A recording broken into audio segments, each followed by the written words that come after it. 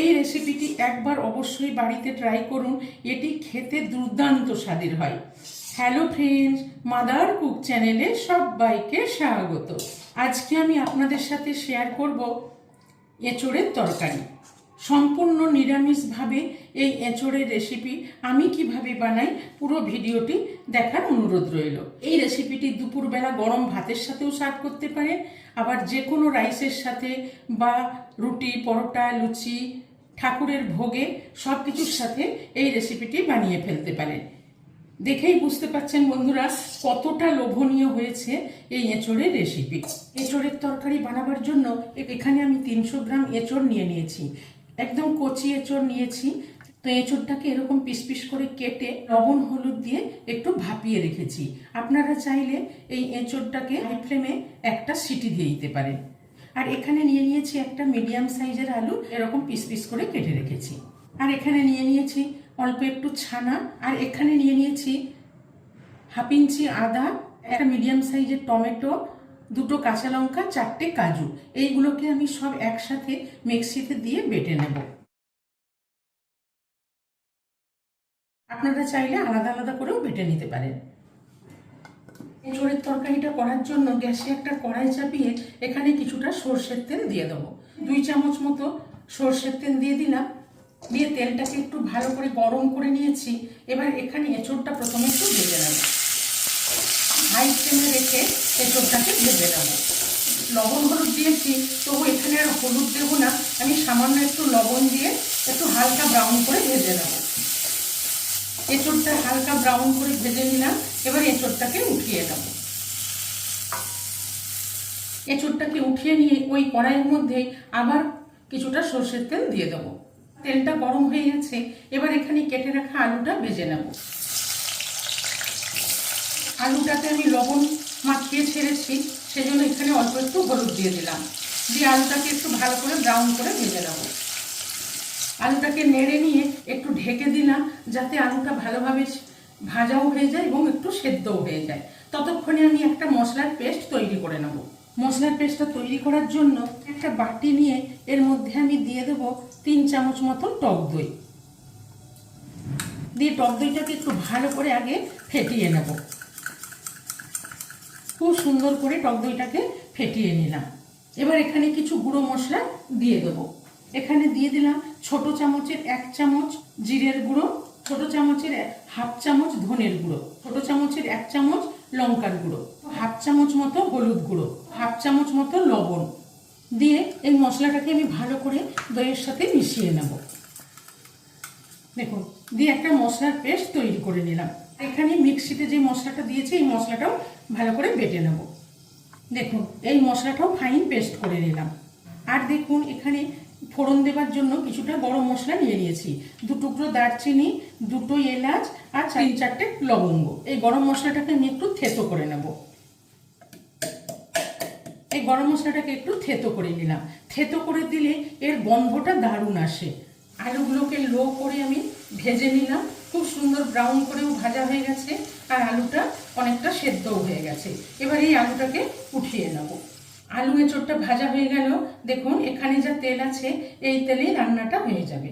এবার এখানে দিয়ে দেবো 2টো শুকনো লঙ্কা, 2টো তেজপাতা, গোটা গরম মশলা থেতো করাটা দিয়ে দিলাম, আর দিয়ে দেবো 1/4 চামচ মতন জিরে। দিয়ে ফোড়নটাকে একটু ভালো করে ভেজে নেব। গরম মশলাটা থেতো করে দেওয়ার জন্য খুব সুন্দর একটা গন্ধ বেরিয়েছে। ফোড়নটা খুব ভালো করে ভেজে নিলাম। এখানে আমি হাফ চামচ মতো কাশ্মীরি লঙ্কার গুঁড়ো নিয়ে নিয়েছি। এই কাশ্মীরি লঙ্কার গুঁড়োটা দিয়ে দিলাম। এই কাশ্মীরি লঙ্কার গুঁড়োটা দিলে তরকারির কালারটা খুব সুন্দর আসে। তেলের সঙ্গে মিশিয়ে নিলাম। এবার এখানে মিক্সিতে বেটে রাখা টমেটো, আদা, কাজু, কাঁচা লঙ্কা পেস্টটা দিয়ে দিলাম। দিয়ে ভালো করে এই কাঁচা গন্ধটা চলে যাওয়া পর্যন্ত এই টমেটো, আদার মশলাটা একটু ভালো করে ভেজে নেব। নিরামিষ দিনে এই রেসিপিটি একবার অবশ্যই বাড়িতে ট্রাই করবেন। কাঁচা গন্ধটা চলে যাওয়া পর্যন্ত ভালো করে একটু ভেজে নিলাম। উপরে তেল ছাড়তে শুরু করেছে। এবার এখানে আমি দই দিয়ে তৈরি করে রাখা এই মশলাটাও দিয়ে দেবো। এই মশলাটা দিয়েও ভালো করে একটু কষিয়ে নেব। সব মশলা দিয়ে ভালো করে একটু কষিয়ে নিলাম। এবার এখানে যে ছানাটা নিয়েছি অল্প, এই ছানাটা দিয়ে দেবো। এই ছানাটা দিয়ে মশলার সাথে ভালো করে কষিয়ে নেব।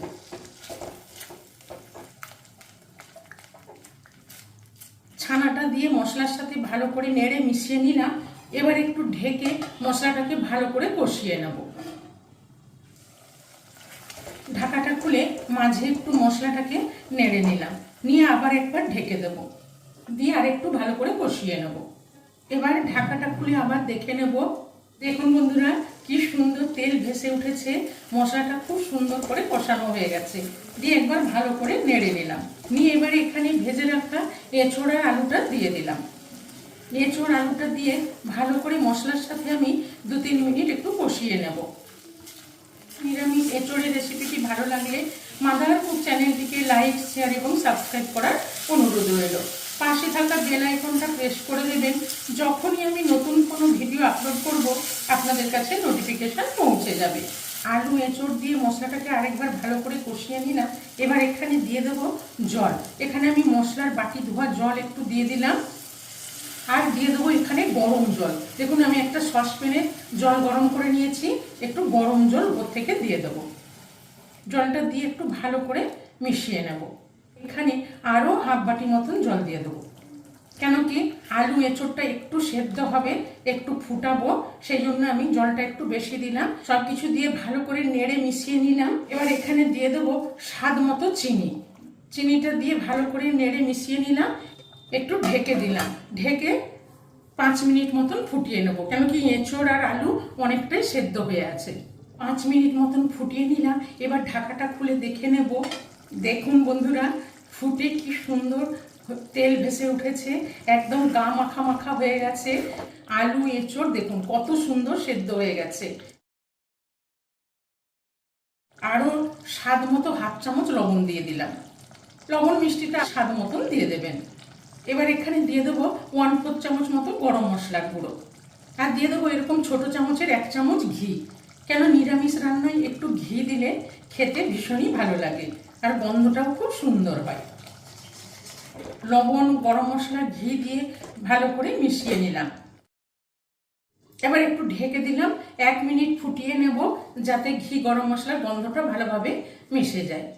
1-2 মিনিট ফুটিয়ে নিলাম। এবার গ্যাসের ফ্লেমটাও অফ করে দেব, দিয়ে আরও 2 মিনিট মতো রেখে দেব। এবার ঢাকাটা খুলে দেখুন বন্ধুরা, সম্পূর্ণ নিরামিষ রেসিপি এঁচোড়ের তরকারি কত সুন্দর তৈরি হয়ে গেল।